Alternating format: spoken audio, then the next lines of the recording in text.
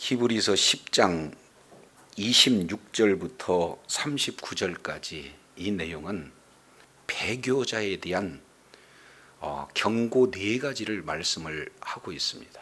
이어서 어려운 고난 속에서도 끝까지 신앙을 지키는 그런 자에게 꼭 이렇게 갖추어야 할 3가지 권면을 소개하고 있습니다. 그래서 지난 시간 예수 그리스도의 그 보혈의 은혜를 바로 아는 그런 자에게 주어지는 그런 3가지의 특권과 그리고 3가지의 권면, 이 내용을 우리가 살펴보면서 정말로 예수 그리스도 보혈 안에 머물러 있게 되었지만 이제 하나님 앞에 나갈 수 있는 산길이 열려져 있고 또 뭡니까? 새로운 길이 열려져 있다 뿐만 아니라 길을 이제 주어졌어요. 문이 열렸습니다. 그래서 그 길로 가게 되었을 때, 하나님께 나가게 되었을 때 하나님 보좌 우편에서 바로 하나님의 집, 그 주인이 되시는 우리의 영원한 중보자가 되신 예수님께서 우리를 위해서 변호사로 우리를 위해서 보호해 주시는 주님이 계시다. 그러니 얼마나 안심하고 주님 앞에 나갈 수 있겠는가 하는 내용이 2번째 특권으로 주어졌습니다.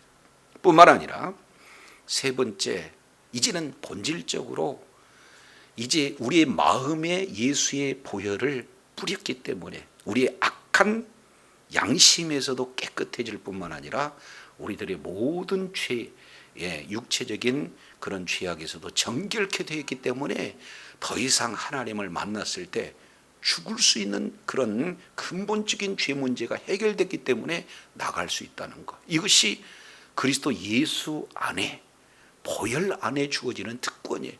그러니 이런 특권을 가진 자에게는 크게 삶의 3가지 내용을 우리가 살 것을 말씀하고 있죠. 첫 번째는 바로 믿음으로 하나님께 나가는 것입니다. 믿음으로 하나님을 계속해서 하나님께 구하는 거예요.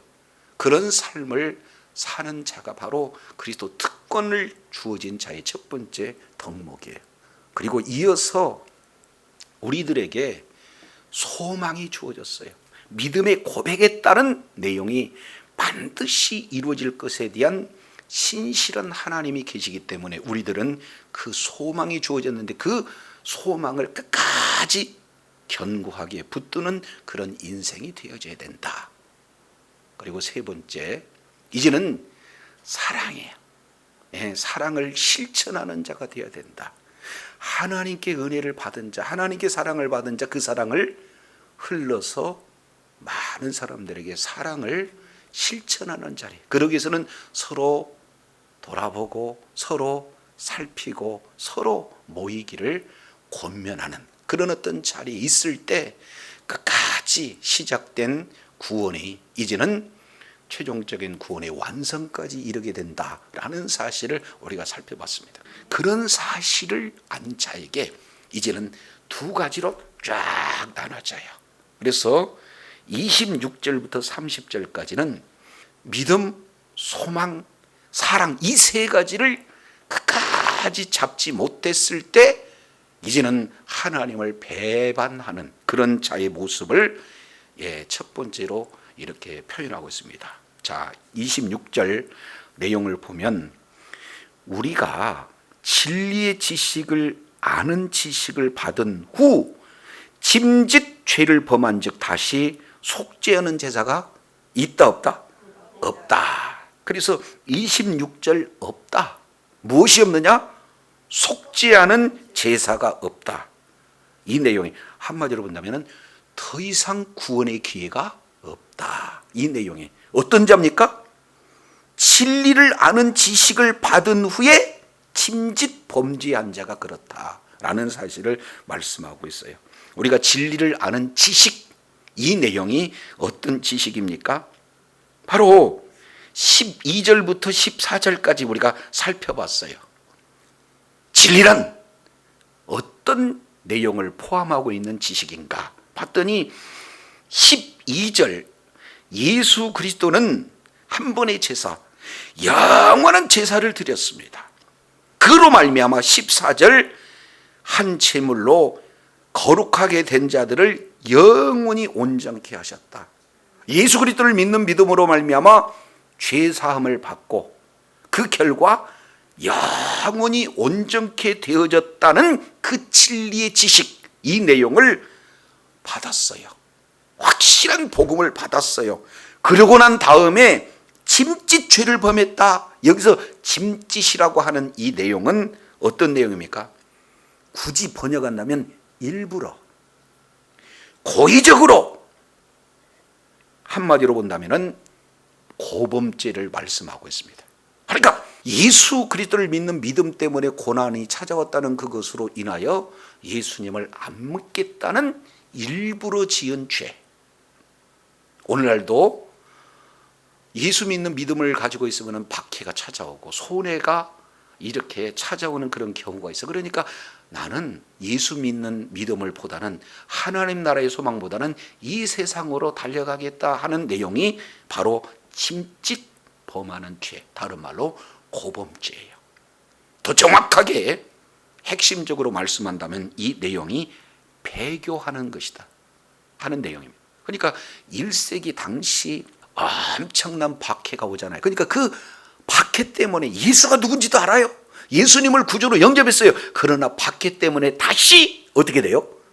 유대교로 돌아가자. 이것을 짐짓 범한 죄, 다른 말로 배교를 말씀을 하고 있습니다. 이런 자는 유대교로 돌아가 보면은 다시 구약의 제사로 죄를 이렇게 용서받을 수 있습니까? 죄 용서는 유일한 한 가지 예수 그리스도 보혈뿐이 없다 그 말이죠. 그렇기 때문에 다시 속지 않은 제사가 있다 없다? 없어요. 구원의 기회가 이제 끝난 그런 어떤 내용이 되어지는 겁니다. 구원 없다 하고 경고하는 내용이죠. 27절 두 번째 경고예요. 이 10장 27절 오직 무서운 마음으로 심판을 기다리는 것, 그리고 대적하는 자를 태울 맹렬한 불만 있으리라. 1절은 없다, 속죄가 없다. 근데 두 번째 경고는 있다. 무엇이 있는 건가? 심판이 있다. 그리고 또 뭐가 있다? 아주 그냥 맹렬한 불만이 있다. 이 내용이에요. 자, 그들은 진리를 아는 지식이 있기 때문에 예수 외에 구원이 없다, 이 사실을 아는 거 아니에요? 그런데 그 진리의 지식에서 떠났어요. 그러니 이제는 점점 시간이 지나면서 그들의 마음 가운데는 두려움으로 가득 찹니다. 왜 그래요? 반드시 심판이 있겠구나, 이 사실을 알아요. 근데 그 심판은 어떤 내용이냐? 대적자들을 뭐 해버리는? 태워버리는 그런 불이에요. 이것은 하나님의 또 다른 사랑이 뭐냐? 질투의 불이다 그 말이에요. 얼마나 강력하게 태워지는 그런 불인가.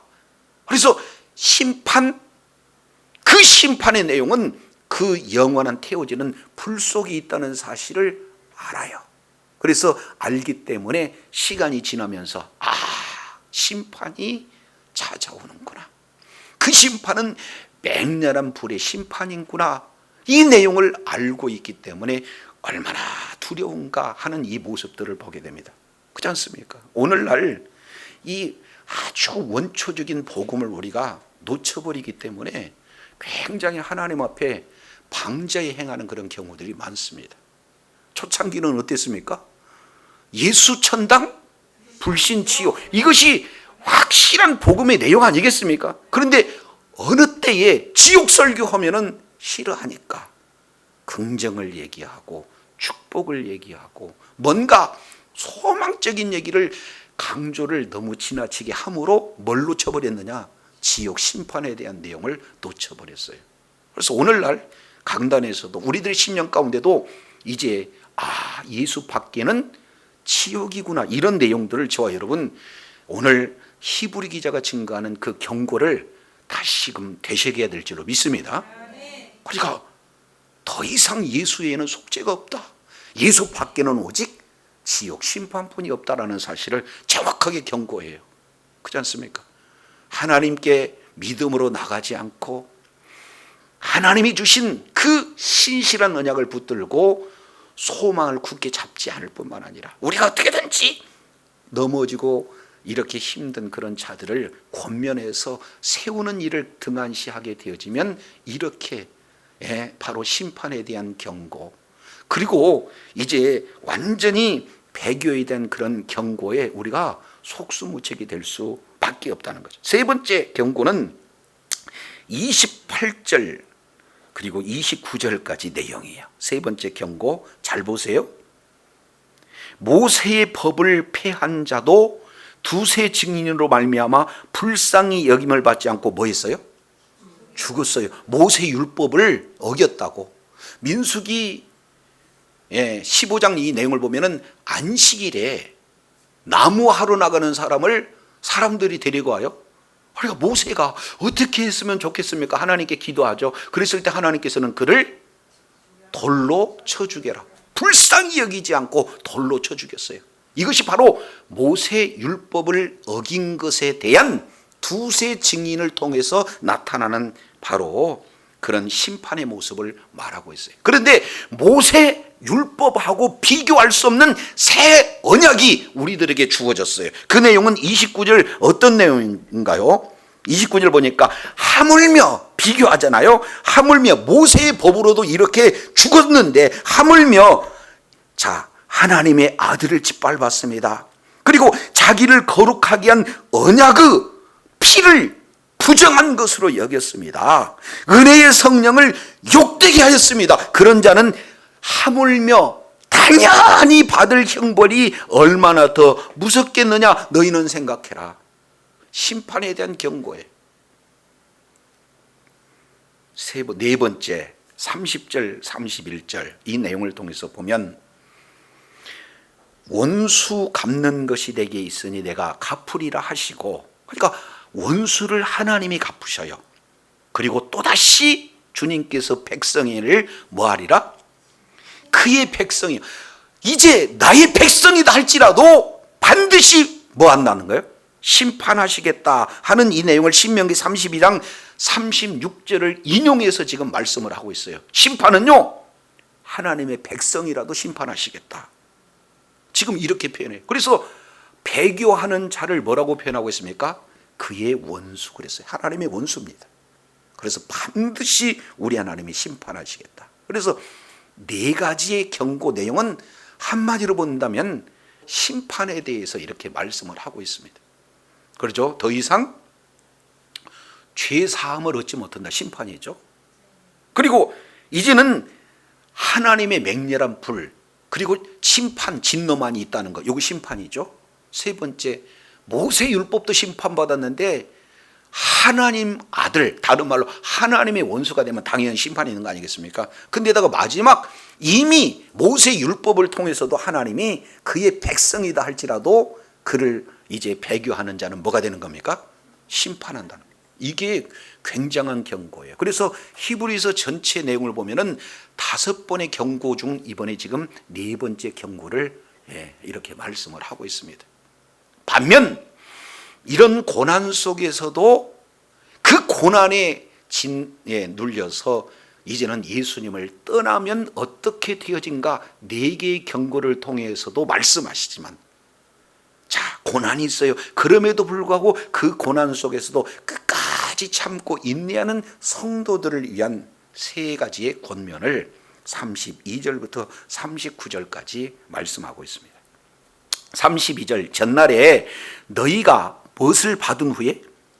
빛을 받은 후에, 이 내용이 26절하고 똑같은 거예요. 진리를 아는 지식을 받는 거나 너희에게 빛을 받는 거나 똑같아요. 이 내용은 우리 잠깐 히브리서 6장 보겠습니다. 히브리서 6장 4절 보니까 한 번 비침을 얻고 하늘의 은사를 맛보고 성령에 참여한 바 되고 하나님의 선한 말씀과 내세의 능력을 맛보고, 여기가 다 똑같이 포함되어져 있는데요. 이미 하나님이 히브리 기자를 통해서 지금 말씀하고 있는 내용입니다. 그러면 우리가 원래 있었던 장소는 어디예요? 어둠 가운데 있어요. 근데 어둠 가운데 있는 우리에게 뭘 비춰줬어요? 예수님의 빛을 비춰주셨다. 이 내용은 하나님의 영광 가운데 계신다. 다른 말로 하나님의 임재가 지금 임하고 있는 내용들을 살펴봐요. 그래서 우리를 이제는 어디에서 이끌어서? 어두운 데서 이끌어서 어디 가운데로? 빛 가운데로 이끄신 분이 누구시냐? 바로 예수님이시다. 이 내용은 디모데후서 3장 16절 17절 하나님의 말씀은 성령은 하나님의 감동으로 된 것으로 교훈과 책망과 바르게 함과 의로 교육하기에 유익하니 이는 그를 어두운 데서 뭐예요? 불러내어 그의 기이한 빛 가운데로 인도하신 그런 하나님의 덕을 뭐예요? 선전한다, 선포한다. 이렇게 하나님의 사람으로 온전케 하고 또 하나님의 사역을 감당할 수 있도록 우리 주님께서 저와 여러분을 붙드신 분이 바로 주님이신 줄로 믿습니다. 자, 이 내용을 사도 바울은 빛 가운데 예수님을 만났어요. 우리가 잘 알겠지만 다메섹 도상에서 이제는 예수님을 어디에서 만나요? 빛 가운데 만나요. 그리고 음성이 들려오기 시작하죠. 사울아 사울아 네가 어찌하여 나를 박해하느냐. 이 음성을 듣고 이것을 사도 바울 사도행전 내용을 보면 무슨 일을 하든지 내가 다메섹에서 계속해서 사도 바울은 뭘 붙들고 있어요? 다메섹에서 만난 예수님을 끝까지 붙드는 그런 믿음을 소유하고 있습니다. 이 내용을 사도행전 26장에서는 어떻게 표현하고 있는가 잠깐 우리 살펴보겠습니다. 사도행전 26장 16절 일어나 내 발로 서라. 내가 내게 나타난 것은 요거 다메섹 도상이에요. 크게 두 가지를 지금 표현하고 있습니다. 하나는 내가 나를 본 일과 장차 내가 내게 나타날 일에 너로 뭘로 삼았어요? 그래 종과 증인을 삼으려고 우리 주님께서 다메섹 도상에서 만났어요. 그러면서 18절 첫 번째 뭘 뜨게 했어요? 그렇습니다. 눈을 뜨게 이미 영의 눈이 감겨졌는데 그 감겨진 눈을 뜨게 하셨어요. 두 번째는 어두움에서 빛으로 그 자리를 옮기셨고 세 번째 사탄의 권세에서 뭐예요? 하나님께로 돌아가게 했고 네 번째 죄사함을과 나를 믿어 거룩게 된 무리 가운데서 뭘 얻게 했어요? 그렇습니다. 기업이 없는 자에게 기업을 이렇게 주시는 이 놀라운 역사. 증인의 삶을 살 때 어두움에서 빛으로 사단에서 하나님으로 신분이 완전히 바뀌어지는 그런 내용을 지금 사도 바울은 다메섹 도상에서 만났던 예수님을 간증하고 있는 내용을 보게 됩니다. 자, 이제 히브리서 10장 32절. 자, 이렇게 표현을 하고 있어요. 전날에 너희가 빛을 받은 후에 마치 사도 바울처럼 빛 가운데 주님을 만난 후에 진리의 말씀을 확실히 아는 믿는 믿음으로 증인의 삶을 살고자 했을 그때 고난의 큰 싸움을 견디어 이기는 것을 생각하라. 문제는 예수 믿고 시온의 대로가 활짝 열리고 하나님의 놀라운 은혜를 온전히 누리는 줄로만 알았는데 물론 그것도 있지만 그 앞에 뭣도 지금 있다는 거요? 큰 고난의 싸움이 놓여져 있다. 지금 너희가 큰 고난의 싸움에 놓여져 있다는 사실을 1차 독자인 지금 유대교에서 개종한 그리스도인에게 지금 이 내용을 다시 상기시키고 있는 걸 볼 수가 있습니다. 우리가 역사적 고증을 통해서도 성경에서도 우리가 말하고 있지만 그때 당시에 이제 로마 황제 네로 황제는 자기 부인을 위해서 로마를 불질러요. 불타오르는 그런 내용의 영감을 받아서 뭔가를 그리겠다는 거 아니에요? 그리고 나중에 그 책임을 누구에게 뒤집어 씌우는 거예요? 기독교인에게 공개적으로 뒤집어 씌워요. 그래서 10장 33절에 비방과 환란으로서 이렇게 했을 때 비방이 그런 거예요.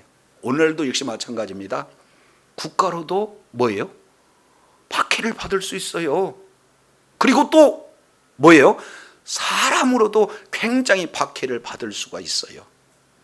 그렇지 않습니까? 지금 코로나 상황 속에서 예전에는 내 맘대로 예배를 드리고 예배의 자유가 있는 것 같았는데 사실은 예배에 대해서 온전히 우리가 자유를 이렇게 가졌다 볼 수가 없어요.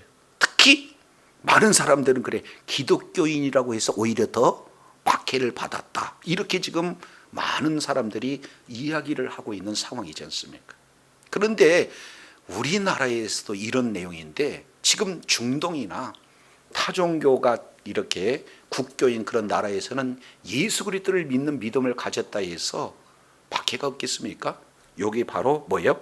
예수 믿는 믿음을 가졌어요. 어둠에서 빛 가운데로 그 자리를 옮겼어요. 그럼에도 불구하고 예수 믿는 믿음을 꺾지 않는 한, 배교하지 않는 한 큰 고난과 싸움이 있다는 사실을 다시 한번 뭐해라? 생각해라. 저와 여러분, 날마다 이런 어떤 부분들, 이런 고난 속에서 내가 참았지, 내가 이런 고난 속에서도 인내했지, 그 인내했을 때 내가 참고 내가 인내한 것 같으나 우리 주님께서 가냘픈 믿음이라도 주셔서 주님께서 베풀어 주셨기 때문에 내가 끝까지 믿음을 견고하게 소유할 수 있었지. 이런 모든 내용들을 저와 여러분이 기억할 때, 다른 말로 생각할 때 또 다른 어려움 속에서도 능히 승리하는 그런 신앙을 소유하게 될 줄로 믿습니다. 첫 번째 권면, 생각해라 하는 내용입니다.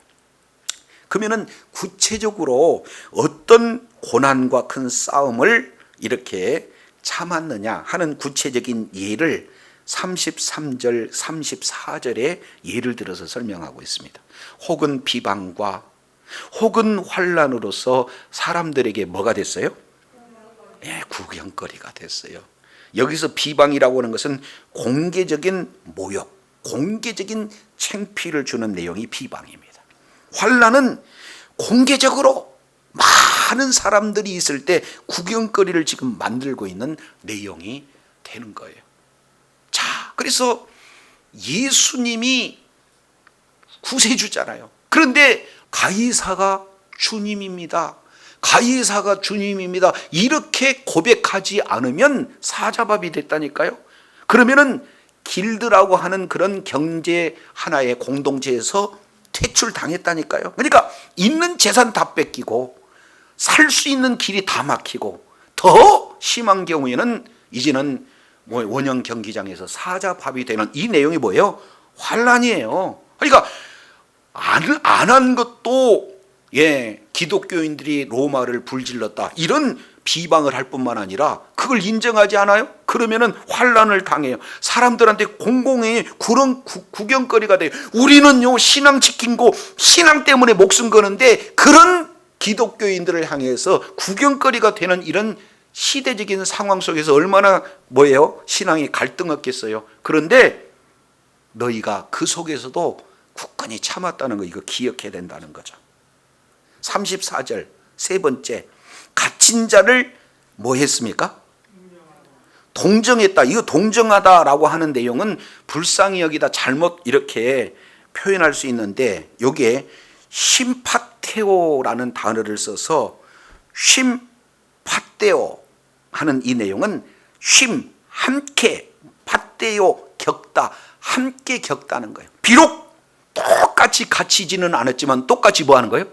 겪고 있는 거예요. 그러니까 가서 위로해 주는 거죠. 오늘날 본다면은 사식도 넣어주고 계속 면회도 가고 믿음이 연약할까봐 계속 옆에서 동역하는 그런 어떤 모습, 이 내용을 동정하고 이런 표현을 하고 있어요. 그리고 조그마한 네 번째 내용을 보니까 산업도 뺏겼어요. 그러면은 자, 산업을 뺏길 때도 어떻게 뺏깁니까? 기쁘게 뺏겼어요. 마지못해 뺏기는 게 아니라. 왜 그렇습니까? 더 낳고 연구한 산업이 힘이 없어서 뺏기고 권력에 뺏겼지만 뺏긴 그 내용은 예수 그리스도를 믿는 믿음 때문에 뺏겼다. 그러니까 이 내용은 하나님께서 하나님 나라에 뭘로 채워주겠다는 거예요? 상급으로 채워졌다는 확실한 믿는 믿음이 있기 때문에 뺏겨도 예수 믿는 믿음 때문에 기뻤다. 지금 이렇게 표현을 하고 있는 거예요. 자, 한번 따라하겠습니다. 견디어낸 것을 생각하라. 예, 그렇습니다. 저와 여러분, 지금까지 신앙생활하면서 크고 작은 그런 내용 속의 어려움을 예수님 때문에 겪어야 할 그 내용들을 우리가 견디었다. 그 내용을 계속해서 붙드는 그런 저와 여러분이 되어야 될 줄로 믿습니다. 그랬을 때 더 큰 환란이 와도 우리가 이길 수가 있는 거예요. 크게 두 번째 내용을 통해서 보면은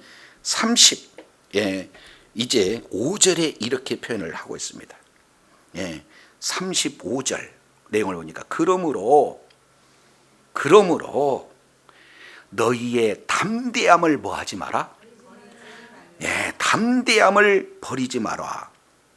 파르레시안, 담대함을 버리지 마라 했는데 이 사실은 파르레시안이라고 하는 이 내용은 오히려 확신이라는 표현이 더 적합합니다.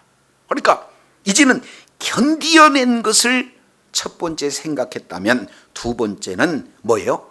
너희가 지금까지 가지고 있는 그 확신, 그 믿음, 이 내용을 뭐예요?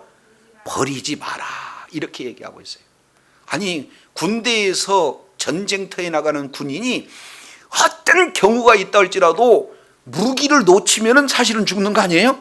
그러니까 군인이 끝까지 무기를 놓지 않은 것처럼, 군인이 그 무기를 버리지 않는 것처럼 우리 신앙인은 어떻게 되는 거예요? 확신, 하나님의 약속에 대한 그 믿음을 버려서는 안 된다. 이 내용이에요. 그래서 확신을 버리지 않는 성도, 이 내용이 두 번째 주어지는 권면이에요. 그래서 지금까지 너희가 확신을 가지고 있는데 그 확신 버려서는 안 된다. 이렇게 말. 왜 그래요? 이것이 큰 상을 얻느니라. 지금 이렇게 말씀하고 있어요. 사도 바울은 디모데 후서 4장 6절 이하 이 내용을 통해서 보면은 사도 바울의 그 고백은 믿음의 경주를 이야기하고 있어요. 그래서 끝까지 내가 믿음의 싸움을 싸우고 끝까지 지킨 것이 뭐였는데? 믿음을 지켰으니 이 이후로는 하나님께서 영광의 면류관을 약속하셨다. 이렇게 고백하고 있잖아요. 그러니까 지금 히브리 기자 역시 마찬가지로 뭐를 지금 가지고 있습니까? 확신, 이 확신을 버리지 마라. 큰 상급을 얻었다. 이렇게 말씀을 하고 있어요. 세 번째 권면 내용이 36절입니다. 36절, 너희에게 뭐가 필요하는 것은? 그렇습니다. 인내가 필요하다. 그래서 큰 두 가지의 기둥, 확신과 인내와 확신, 이 내용이 종말론적 신앙을 살아가는 자에게 갖춰야 할 두 개의 덕목이요. 물론 앞으로 달려가는 것도 중요하지만 달려가면서 지금 현재의 큰 고난을 만났을 때 지난 과거를 생각해서 하나님께서 나에게 이런 은혜를 주셔서 이런 어려움 속에서 내가 견디어내었지라고 과거를 회상하면서 지금 현재 그리고 앞으로 달려갈 미래를 향해서 두 가지 내용을 지금 말씀을 하고 있습니다.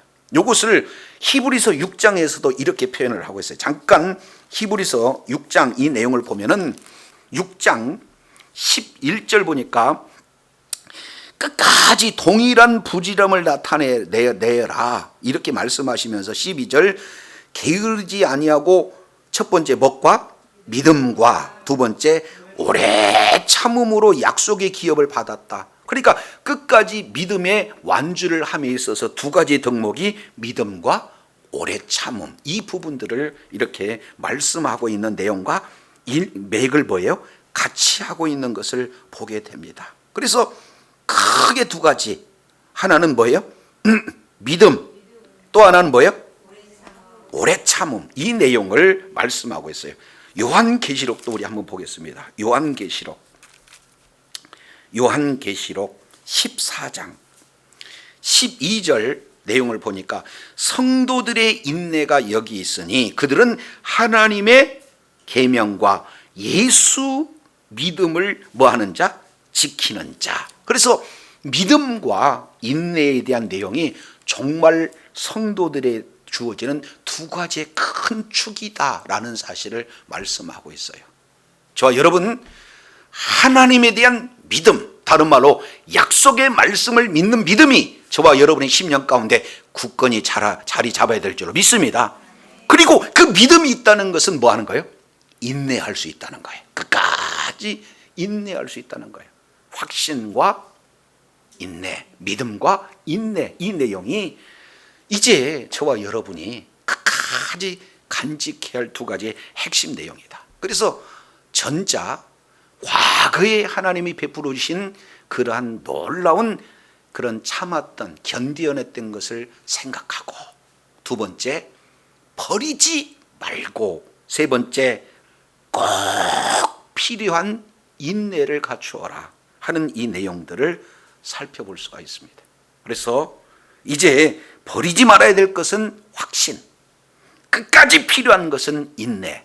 그러면서 과거를 회상하면서 이제는 하나님께서 이렇게 끝까지 견딜 수 있는 것들을 생각하면서 우리가 신앙의 경주를 진행할 때 보다 어렵고 힘든 일이 있다 할지라도 능히 이겨나가게 될 줄로 믿습니다. 그러면 왜 이렇게 인내할 필요가 있는가 하는 내용을 작게 세 가지 모습으로 이렇게 표현을 하고 있습니다. 37절 내용을 보니까 잠시 잠깐 후면 오실 이가 오시리니 뭐하지 아니라 너희가 믿는 믿음 가운데 인내해야 하는 것은 우리 주님은 다시 오신다. 잠시 잠깐이면 오신다. 그러니까 인내해라, 이 말씀을 하고 있어요. 믿음을 버리지 마라, 이 말씀을 하고 있어요. 자, 그러면서 이제 이어서 38절에 작은 2번 두 번째로 표현하고 있는 내용이 뭐예요? 나의 의인은 믿음으로 말미암아 살리라. 또한 뒤로 물러가면 내 마음이 그를 뭐하지 아니리라. 이것은 이제 하박국 2장 4절의 말씀을 인용하고 있는 내용이죠. 이것을 신약성경 갈라디아서 3장 11절, 로마서 1장 17절, 그리고 오늘 히브리서 3장 38절, 구약의 하박국 2장 말씀을 신약에서 세 군데 지금 인용하고 있는데, 여기서 나의 의인은 뭘로 말미암아 살리라? 믿음으로 말미암아 살리라 해서 믿음을 지금 강조하고 있는 것을 표현하고 있습니다. 그래서 우리 주님이 기뻐하는 것은 믿음으로 사는 거죠. 여기서 산다는 것은 생명이고 여기서 산다는 것은 구원이다, 그 말이죠. 그러니까 믿는 믿음을 가졌을 때 영원한 생명을 소유할 수 있고, 믿는 믿음을 가졌을 때 영원한 구원에 이른다. 그것을 하나님께서는 기뻐하신다. 반면 믿음의 반대편은 뭐예요? 앞으로 가는 것이 아니라, 주님의 말씀을 따라가는 것이 아니라 뒤로 물러가는 것. 이 내용은 뭘 얘기하는 겁니까? 이게 배교를 얘기해요. 어려우니까, 힘드니까, 손해보니까, 박해되니까, 내 삶을 이렇게 누리지 못하니까 예수 밖으로 가는 이런 어떤 모든 내용은 뒤로 지금 가고 있는 거예요. 우리 신앙은 계속해서 전진하는 믿음이 되어야 될 줄로 믿습니다. 그러면서 39절 다시 한번 이렇게 표현합니다. 우리는 뒤로 물러가 뭐하는 자? 물러가게 되면은 결국 어떻게 되느냐? 멸망한다, 이렇게 표현했어요. 예전 성경은 침륜에 빠진다, 다른 말로 배교한다라고 이렇게 말씀하고 있어요. 이제 애굽에서 빠져나왔으면 우리 주님은 애굽으로 다시 가라는 거예요, 가지 말라는 거예요? 세상에서 빠져나왔으면 어렵고 힘든다 할지라도 세상으로 가라는 거, 가지 말라는 거예요? 가지 말라. 뒤로 물러가면 결국에는 어떻게 되는 겁니까? 배교하게 되어진다. 그래서 오직 영혼을 구원함에 이르는 믿음을 가진 자가 되어야 된다라는 사실을 강조하고 있습니다. 자, 두 가지의 사람을 소개하고 있어요. 하나는 배교자, 또 하나는 고난이 있다 할지라도 끝까지 이제는 확신을 가지고 인내하는 자. 이 두 가지 내용을 지금 비교해서 저와 여러분에게 앞길을 제시하고 있습니다. 배교자는 네 가지로 경고하고 있죠. 더 이상 속죄 없다. 심판과 맹렬한 불만 남아있다.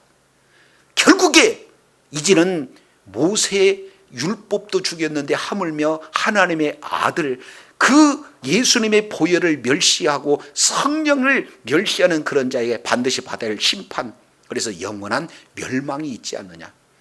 그러나 한 번 비침을 받은 그런 자가 이제 과거에 하나님이 베풀어 주신 은혜를 이제 생각하게 되어지고, 그리고 지금까지 견고하게 자리 잡고 있는 그 신앙의 확신을 버리지 않고, 그리고 끝까지 이제는 인내가 계속해서 이루어지게 되어지면 바로 하나님의 영광의 나라, 빛의 나라로 온전히 가서 그 나라에 주어지는 영원한 상급과 그리고 하나님 나라의 기업을 온전히 누릴 수 있는 그런 비결을 정확하게 제시하고 있습니다. 그러면서 마지막 38절에 의인은 믿음으로 말미암아 살리라. 나의 의인은 믿음으로 말미암아 살리라. 그런 믿음에 대한 대장정을 거론하고 있는 내용을 보게 됩니다. 저도 여러분도 끝까지 이제는 하나님의 말씀에 확실히 아는, 믿음으로 생명으로 소유하는 그 은혜 가운데 거했다면 삶 속에 실천하되 하나님 나라에 이제는 하나님께 나아가고, 그리고 끝까지 소망을 굳게 잡을 뿐만 아니라 그 사랑을 실천하면서 환경이 어렵다 할지라도 배교하는 어리석은 자리에 있지 아니하고 끝까지 확신과 인내로서 믿음을 소유해서 마지막 사도 바울이 고백했던 끝까지 믿음을 지켰으니 이후로는 의의 면류관이 주어지리라는 그런 확신을 가지고 날마다 있는 그곳에서 승리하고 허락하신 분복을 다 받아 누릴 뿐만 아니라 온전히 하나님의 놀라운 은혜 가운데 거하여 천국을 실감하는 그런 능력의 자녀로, 축복의 자녀로 하나님의 뜻을 이루는 존귀한 자로 쓰임받는 복된 은혜가 있기를 간절히 바랍니다. 기도하겠습니다.